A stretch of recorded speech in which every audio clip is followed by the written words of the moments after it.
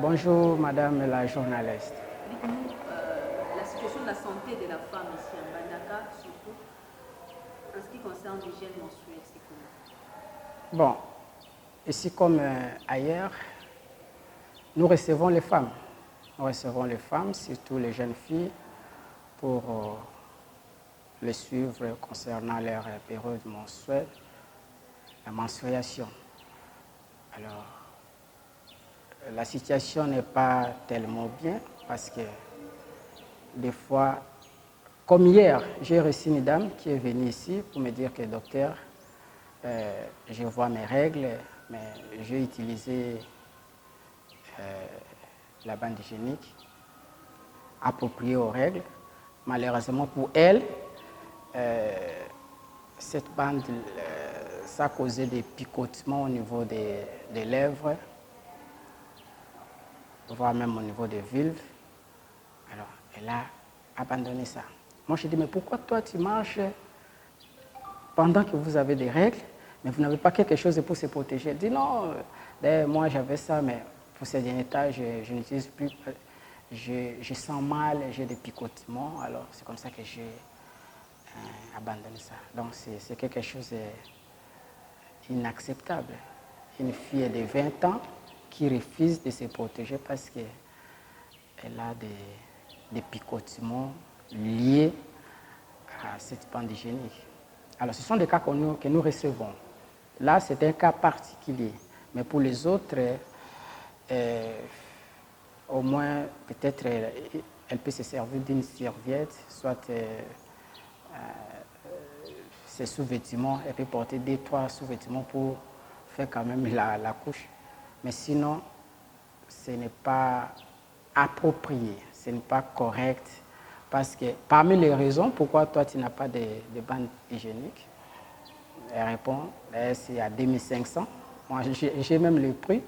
C'est à 2500 qu'on achète ça, mais pour ces derniers temps, je n'ai rien. J'ai que 2000. Alors, j'ai préféré de porter 3 sous-vêtements pour me protéger au lieu d'acheter ça parce que je n'ai rien.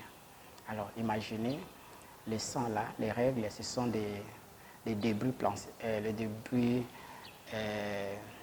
de l'endomètre, la desquamation de l'endomètre, parce que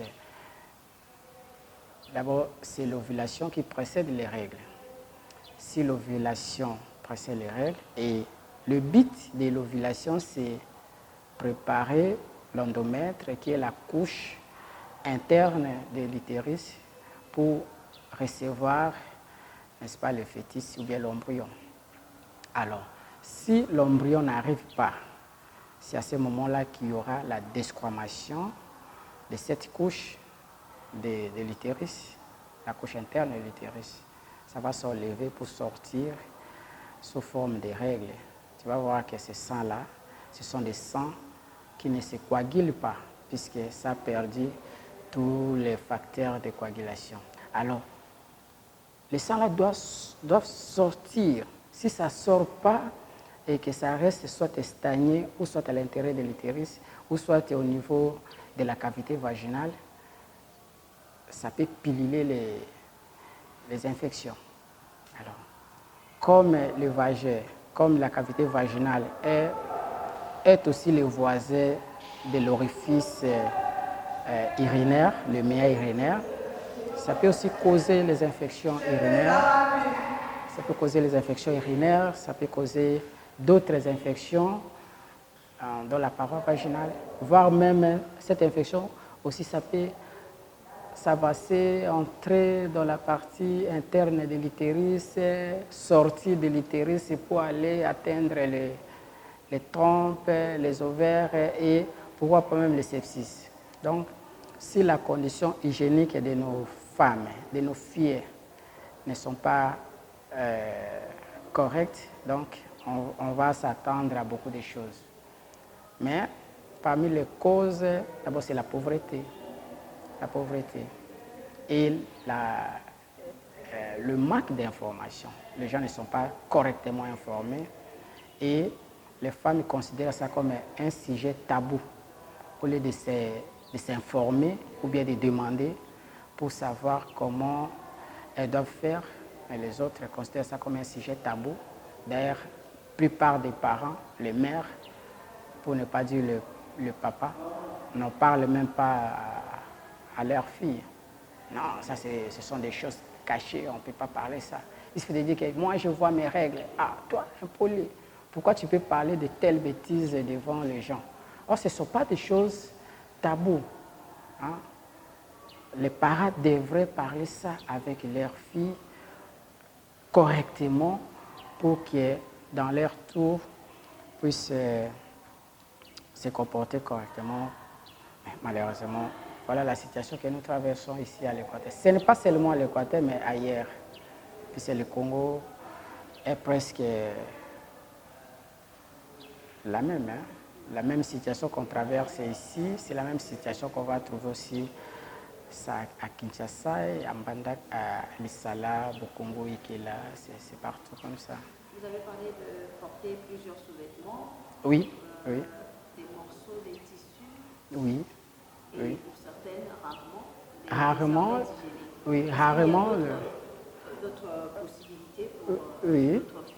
Oui, les autres utilisent même les... J'ai reçu une dame qui m'a dit, docteur, moi j'utilise les watts.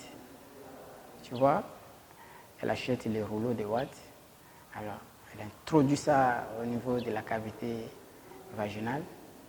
Et si elle introduit ça, par exemple, le matin, le soir avant de dormir, elle enlève ça et puis elle prend bain. Mais malheureusement, ça peut arriver que le soir, elle oublie. Imaginez le sang stoppé au niveau de la cavité vaginale pendant plus de 24 heures, avec toutes les conséquences qui peuvent en découler. C'est ça. Merci beaucoup, docteur. C'est à moi de vous remercier. Je suis très ravi de vous. Mais si vous pouvez aussi prendre l'image pour notre... Ça, c'est notre salle d'accouchement. Une salle, une très belle salle d'accouchement qui a vu naître beaucoup de gens, beaucoup de personnalités. Les autres sont aujourd'hui en Europe, aux États-Unis, ailleurs, mais malheureusement, ça demande beaucoup de soutien. Ça demande beaucoup de soutien, comme ici. Ça, c'est notre pèse-bébé, malheureusement, qui ne fonctionne plus depuis quelques mois. Nous peinons pour peser les enfants. Puis c'est parmi les facteurs de surveillance, on surveille aussi le poids du bébé. Puis si, par exemple, la femme met au monde un bébé de plus de 4500 grammes, ça doit déjà nous étiqueter pour dire qu'attention ici, la maman peut avoir un problème d'une maladie métabolique, par exemple le diabète. Mais comme on n'arrive pas à peser le bébé pour ce dernier état, ça devient compliqué. Alors ici, ce sont des lits. Les lits ici, ce sont des lits à arranger. On doit adapter les pieds, malheureusement. Il faut adapter les pieds et les endroits pour se tenir. Ça, c'est les lits de bébé. Quand la femme accouche ici, on prend le nouveau-né, on le met ici, le temps de le soigner, et puis on le ramène chez sa mère. C'est ici. Donc, ça, c'est l'accouchement ici pour le bébé. Et après, on passe là, dans cette salle, c'est pour la salle de postpartum immédiat. Donc la femme accouche, après les soins de la délivrance, on l'amène là-bas. Mais de l'autre côté, c'est la salle de travail. Elle travaille là-bas. Après le travail, on l'amène. Si la dilatation est complète, l'effacement 100%, et on dirige l'accouchement. Après l'accouchement, on amène la femme là-bas. C'est pour 24 heures. Après, on l'amène au niveau de la chambre pour préparer sa sortie. Donc, c'est une salle, c'est un beau cadre, malheureusement, je peux dire qu'il est abandonné par nos autorités, tant provinciales que nationales, puisque l'université n'a pas de moyens pour équiper correctement les cliniques universitaires. Donc, ça demande le soutien des autorités provinciales, locales et nationales. Pourquoi pas les partenaires, les gens de bonne volonté peuvent aussi venir nous aider. Sinon, nous sommes là, on est en train de se battre comme des militaires dans le champ de bataille. Même si le médecin n'a pas seulement l'obligation des résultats, aussi des moyens, mais avec le peu de moyens que nous avons, nous faisons notre effort pour assurer tant soit peu correctement les soins. Puisque ici, nous gérons et la femme et les fœtus. Alors, c'est deux personnes à gérer par rapport à d'autres services. Ici, nous gérons deux personnes. Et surtout que s'il y a par exemple des grossesses précieuses, on doit tout faire pour la maman quitte l'hôpital avec son bébé.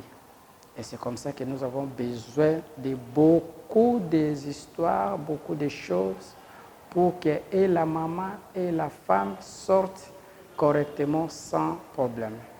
Merci beaucoup pour votre visite et à la prochaine.